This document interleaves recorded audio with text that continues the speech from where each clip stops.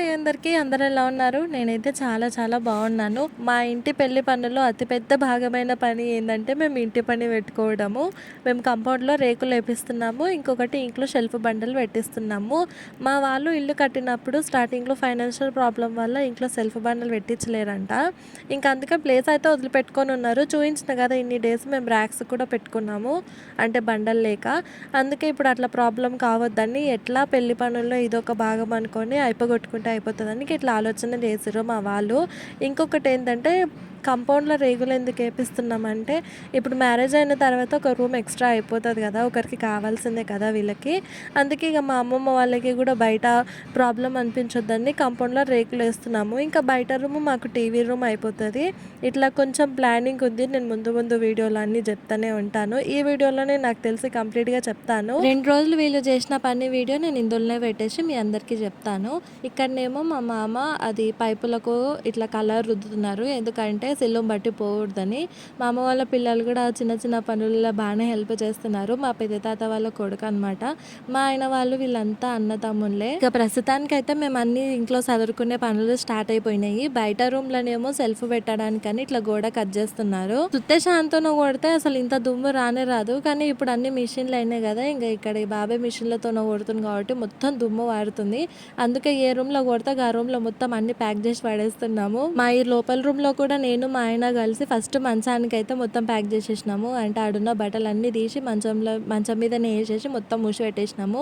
ఎటువంటి బెడ్‌షీట్స్ కూడా బయట లేకుండా. ఇంకా బీరువాకి, డ్రెస్సింగ్ టేబుల్‌కి, ఆడున్న బియ్యం సంచులకి మొత్తం కూడా కవర్ కప్పేసినాము. బీరువాకి కవర్ ఎక్స్ట్రా లేదు. కానీ ఇక దూడ్చుకుంటే అయిపోతది. ఇంక దానికెందుకులే అని వదిలేసినాము. మెయిన్‌గా అంటే బియ్యం సంచులు ఇంపార్టెంట్ కదా! ఇంకా అట్లయితే పెట్టేసినాం ప్రస్తుతానికి. ఇంకా అన్ని పనులు కూడా చూపిస్తా. మంచం వెనకాల చూడండి అసలు మంచం తీస్తే ఎంత చెత్త వెళ్తుందో. ఇట్లా పెద్ద పెద్ద పనులు చేసినప్పుడే అలాంటివన్నీ బయట పడుతుంటాయి. పెద్ద మంచం కాబట్టి నాకు మొత్తం మంచం కిందకి పోయి ఊడ్చనీకి రాదు. ఎన్నిసార్లు నీట్‌గా క్లీన్‌గా పెట్టుకుందాం అనుకున్నా అన్ని సామాన్లు పెట్టనీకి మాకైతే మంచమే గుర్తుకొస్తది. మెయిన్‌గా నాకు. ఎందుకంటే బయటకి కనిపియదు కదా! మంచం కింద కదా! ఇంకా ఎవరికి కనిపియకుండా నీట్‌గా అనిపిస్తదిలే ఇల్లు అని అనుకోని గట్ల కుక్కేస్తా నేను. ఇట్లా సదురుకునేటప్పుడేమో మస్తు బాధ అయితది ఇంగ. బాధ ఎందుకంటే సదురుకోనీకే ఇబ్బంది అయ్యి. ఇంకా కిచెన్‌లో అయితే అట్లా ఇట్లా అన్ని సామాను తీసి బయట పెట్టేస్తున్నాము. నేను, మా అమ్మమ్మ. మా ఆయన కూడా ర్యాకులు అడిగితే తీసేసిండు. ఆడ ర్యాకులు తీస్తే చూడండి ఎట్లా కనబడుతుందో. ఇంతకుముందు ఇంకా మా మ్యారేజ్ అయిన తర్వాత 4 ఇయర్స్ వరకి నేను ఆ ర్యాకులు కూడా లేకుండానే అడ్జస్ట్ చేసుకున్నాను ఇంట్లో. అంటే ఒక టబ్బు పెట్టుకొని ఆ టబ్బులో తోమిన గిన్నెలన్నీ ఏసి పెట్టుకునేదాన్ని. అన్ని పనులు కూడా ఒకేసారి కావాలంటే మనకు కూడా ఫైనాన్షియల్‌గా చాలా ప్రాబ్లమ్ అనిపిస్తది కాబట్టి మాకు కుదిరినప్పుడల్లా ఇట్లా అదో పని చేయించుకుంటూనే ఉన్నాము. అంటే లాస్ట్ టైం ఒక 4 మంత్స్ బ్యాక్ బయట కాంపౌండ్‌లో ఫ్లోరింగ్ చేపించినాం కదా! ఇప్పుడేమో ఇట్లా షెల్ఫ్ బండలు పెట్టియడం, రేకులు ఏపించడము. ఈ పనులు అయిపోయినాయంటే ఇంకా మిగిలిపోయే పనులు ఏమన్నా ఉందంటే కిటికీలకి డోర్లు పెట్టియడము. మా ఇంట్లో ఏ కిటికీ కూడా ఒక్క డోర్ కూడా ఉండదు. అన్నీ ఓపెన్ అప్‌గానే ఉంటాయి. బయట రూమ్‌లోనేమో సగం పని అయిపోయినట్టే. ఇంకా మాల్ ఒకటేసి పెట్టేస్తే అయిపోతది. ఇప్పుడేమో కిచెన్‌లోకి ఇట్లా చేస్తుర్రు. కింద కాడికి మేము కవర్ చేసినాం కానీ పైన గిన్నెలు తోముకోవాల్సిందే. ఎట్లా పెయింట్ ఏసేటప్పుడు అన్నీ తోముకుంటామని ఇంకా వదిలేసినాము. పెయింట్ కూడా పెద్దగా లేట్ ఏం చెయ్యము. ఇంత రేకులు వేయడం అయిపోయిందంటే సెల్ఫ్ బండలు పెట్టడం అయిపోయిందంటే వెంటనే పెయింట్ కూడా ఏపించేస్తాము. ఎందుకంటే పెళ్ళికి కూడా మాకు పెద్దగా టైం లేదు. కరెక్ట్‌గా 1 మంతే ఉంది. 1 మంత్ కన్నా కొంచెం తక్కువనే. అంటే 2, 3 డేస్ ఇట్లా. చూస్తుంటేనే పెళ్లి పనులు చేస్తుంటేనే అసలు రోజులు ఇట్లా గడిచిపోతున్నట్టుగా అనిపిస్తున్నాయి. ఈడనేమో రేకులు ఎట్లా పెట్టాలి, ఎట్లా పెడితే సెట్ అయితదా అని మెజర్‌మెంట్స్ వీళ్ళు చూసుకుంటున్నారు. మాకు ఫస్ట్ వచ్చిన ఆలోచన ఏందంటే రేకులు అటు ఇటు ఏది కూడా ఓపెన్ అప్‌గా లేకుండా మొత్తం కంప్లీట్‌గా ప్యాక్ చేసి కవర్ చేసేద్దాం అనుకున్నాము. ఎందుకంటే అది కూడా ఒక హాల్ అయితది. రేకులకి ఇప్పుడు నేను చూయించే ఆడ గోడ కూడా ఆ గోడకి కూడా టీవీ పెట్టేసి పెడితే అదొక పెద్ద హాల్ లాగా అయితది. ఓపెన్‌గా బావుంటదని ఫిక్స్ అయిపోయినాము.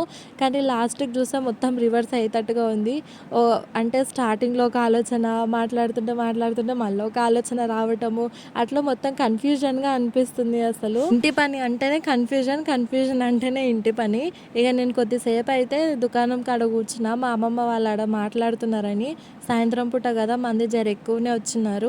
నాకు దుకాణం దగ్గర కూర్చోవాలంటేనే ఒక్కొక్కసారి కొంచెం కోపం అనిపిస్తది. ఎందుకంటే ఊరు కదా, ఒక్కొక్కరిలాగా మాట్లాడుతుంటారు. అట్లా ఎందుకు చెప్పిస్తారు, ఇట్లా ఎందుకు చెప్పిస్తారు, ఇంకా ఎన్నో మస్తు మాటలు మాట్లాడుతారు. ఇక మందిని పట్టించుకోవద్దులేండి. కాకపోతే ఇంకా కొంచెం ఎట్లనో అనిపిస్తుంటుంది. అందుకే నేను దుకాణం దగ్గరికి పెద్దగా పోను. మా ఇంటి దగ్గరికి వస్తే మాత్రం కళ్ళు పోస్తా. ఇక వీళ్ళేమో ఇక్కడ తిప్పలు పడుతున్నారు ఇది బండ పెట్టనీకే. కానీ బండ మాత్రం చాలా పెద్దగా అయ్యింది. ఇద్దరం అయిన తర్వాత అందరికీ చాయ్ పెట్టేసిన. ఇక నేను కూడా ఇంత చాయ్ తాగుతున్నాను. యాక్చువల్గా నాకు అలవాట్లేదు, అది మీ అందరికీ కూడా తెలుసు కదా. కాకపోతే ఈరోజు ఎందుకు కొంచెం హెడేక్గా అనిపిస్తుంది. అందులో నేను స్పెట్స్ కూడా పెట్టుకోలేదు ఈరోజు. గిన్నెలు అయితే మొత్తం తుప్పు పడిపోయినాయి. ఇవన్నీ తోముకునే వారికి నాకు మా అమ్మమ్మకి మస్తు అవుతుంది. ఇంకా ఈసారి మాకు వంట చిన్నమ్మ కూడా లేదు. ఇంతకుముందు అయితే ఆమె ఉంటుండే కాబట్టి ఇట్లా పెయింట్ వేసినప్పుడు కానీ ఇట్లా పెద్ద పెద్ద పనులు ఉన్నప్పుడు చాలా హెల్ప్ అవుతుండే. కానీ ఇప్పుడు ఆమె వాళ్ళ ఊర్లో ఇల్లు కట్టనీకి పోయింది. ఇక మాకంటూ హెల్ప్ చేయడానికి ఎవరు లేరు, మేమే తనలాడాలి. చాయ్ చాలా రోజులకు తాగుతున్నా కాబట్టి కొంచెం ప్రశాంతంగా అనిపిస్తుంది. కానీ అలవాటు మాత్రం చేసుకోవద్దబ్బా. లోపల కవర్ చేసి అట్లనే పెట్టినాము. ఈరోజు టైం అసలు లేకునిన్నది ఆ బాబాయ్కి మొత్తం సెట్ చేయనికే. అంటే వాళ్ళు పని చాలా స్లోగా చేస్తున్నారు. అందులో చేసే మనిషి ఒక్కడే వచ్చిండు, వేరే ఎక్స్ట్రా ఎవరు రాలేదు ఆ బాబాయ్ ఇంట.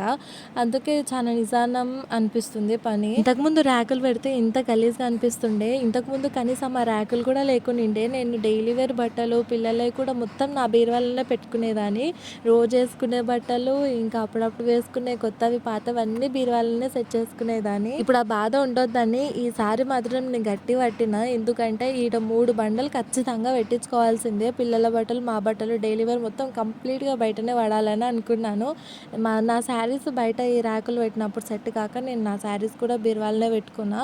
కానీ ప్లేస్ మాత్రం చాలా ఇబ్బంది అనిపిస్తుండే మాకు. అందులో ఈ రూమ్లో మాత్రం మొత్తం ఆడికి ఉంటుంది మాకు రూము. ఎందుకంటే సామాన్ ఎక్కువైంది, ఇల్లు చిన్నగా అయింది. 4 రూమ్లు ఉంటే 4 రూమ్లు కూడా 10 ఫీట్స్ అంట. కొంచెం కంజెస్టెడ్గా అనిపిస్తుంది సామాన్ ఇంటికి ఉండేసరికి. ఇంకొకటి ఏంటంటే రూమ్ నా మంచాలు ఉన్నాయి. మా కాడికి మాత్రం ఇంతవరకు ఇల్లు అయితే కరెక్ట్గా సెట్ అయింది. మాకు ఎటువంటి ప్రాబ్లం లేకునిండే. కానీ ఇప్పుడు మా మరిదికి పెళ్ళి అయిందంటే ఒక రూమ్ వాళ్ళకి కూడా అయిపోతుంది కదా. ఇంకా అప్పుడు మా అమ్మమ్మ వాళ్ళకి రూమ్ ఉండడానికి అస్సలు సెట్ కాదు, కుదరదు. బయట పడుకోవాలంటే ఇబ్బంది అనిపిస్తుంది.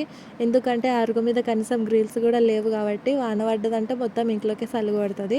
అందుకే కాంపౌండ్లో రేకులు వేపిస్తున్నాము. అప్పుడు ఎక్కువ చలి కొట్టదు కాబట్టి పెద్ద ప్రాబ్లం కూడా అనిపించదు. వీడియో డైరెక్ట్గా మాట్లాడుకుంటా కవర్ చేద్దాం అనుకున్నా కానీ వాయిస్ చాలా స్లోగా వచ్చింది. ఎందుకంటే బయట అందరు ఉన్నారు కాబట్టి మెల్లగా మాట్లాడిన. ఇప్పుడు నేను బ్యాక్గ్రౌండ్ వాయిస్ ఇచ్చేదే నేను ఇంకా అక్కడ చెప్పేసినది. ఇక్కడనేమో బయట కాంపౌండ్లో రేకుల కోసం అన్ని పైపులు పెట్టిరు. కానీ నిజానికి పైపు అట్లా పెట్టాల్సింది కాదు, భూమిలో లోతు తీసి మాలేసి కలిపి పెట్టాల్సింది, గట్టిగా ఉంటుంది కాబట్టి. కానీ మాకు అట్లా పెట్టడానికి కుదరదు. ఎందుకంటే ఆ పైపు పెట్టిన అదే ప్లేస్లో కింద 2 నల్ల పైపులు ఉన్నాయి. ఒకవేళ గుంత తీస్తే ఆ పైపులు ఖచ్చితంగా దెబ్బతింటాయి.